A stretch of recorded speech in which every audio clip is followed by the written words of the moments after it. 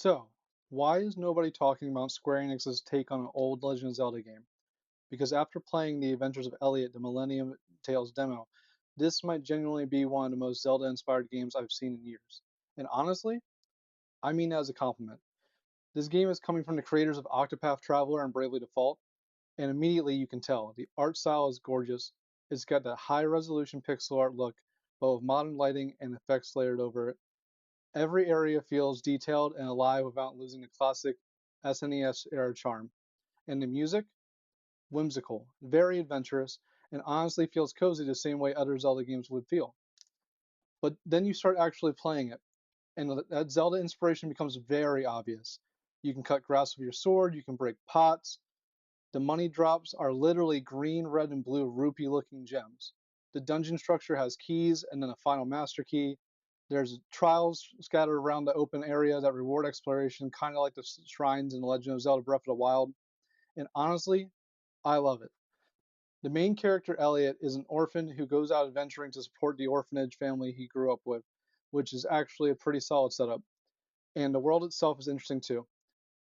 Your kingdom is protected by a magical barrier cast by the king's daughter to keep the monsters at bay, and she can communicate with you throughout the journey using magic. So yes, she's your Navi. This game is not hiding its inspirations at all. But instead of feeling like a clone, it feels more like Square Enix is asking, what if we made the Zelda game people were asking for? Ocarina is one of my favorite games of all time, so I'm loving what I see in this demo. One thing I really liked is how rewarding exploration feels even in the demo. In just the opening area, I found multiple treasure chests and several manuscripts, which are basically story notes you can pick up, around the map. The game constantly encourages you to poke around corners and check suspicious spots. There are also a bunch of little quality of life things that I really appreciated.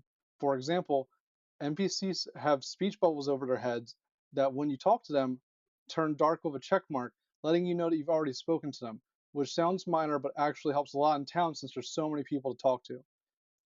Combat is also very old school Zelda style. You start with your sword and shield. You also can get a boomerang for range attacks, and towards the end of the demo, we got ourselves a spear and a bow and arrow.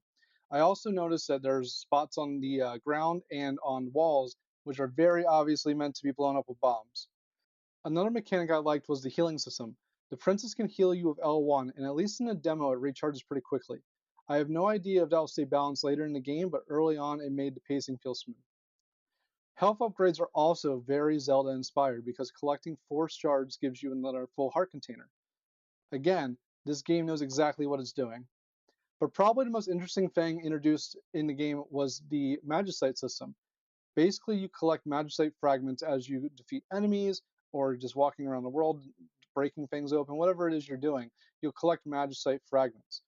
The more you get of those, you'll take to a vendor, which you can then put into a special pot, which turns into random drops that give you effects on your weapons and critical hits and attack, all that good stuff. This system actually seems pretty cool because you can turn in the Magicite to get random drops, and then if you don't like them, you can actually recycle it for more Magicite.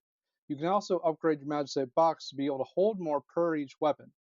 It adds a little bit more of a classic RPG feel to what you would expect from a Zelda game. If you grew up loving classic Zelda games, this could be special. I'm looking forward to this game more than I thought was possible because I have been looking for something to scratch my Zelda itch, while also being from my favorite publisher slash developer, Square Enix. Sounds like it's a match made in heaven, and I cannot wait. This is definitely one I'm going to be keeping my eye on for its release in June. If the full game sticks to landing, we might finally have a modern Zelda that's made in the old school style that I like from Square Enix, one of the greatest companies in gaming. So yeah, people should probably start talking about this game a lot more because I am not hearing anything about this game. Let me know in the comments if this looks like something that you would be excited for. If you like this video, please make sure that you like the video and hit subscribe to help our family grow here. Look forward to seeing you next time.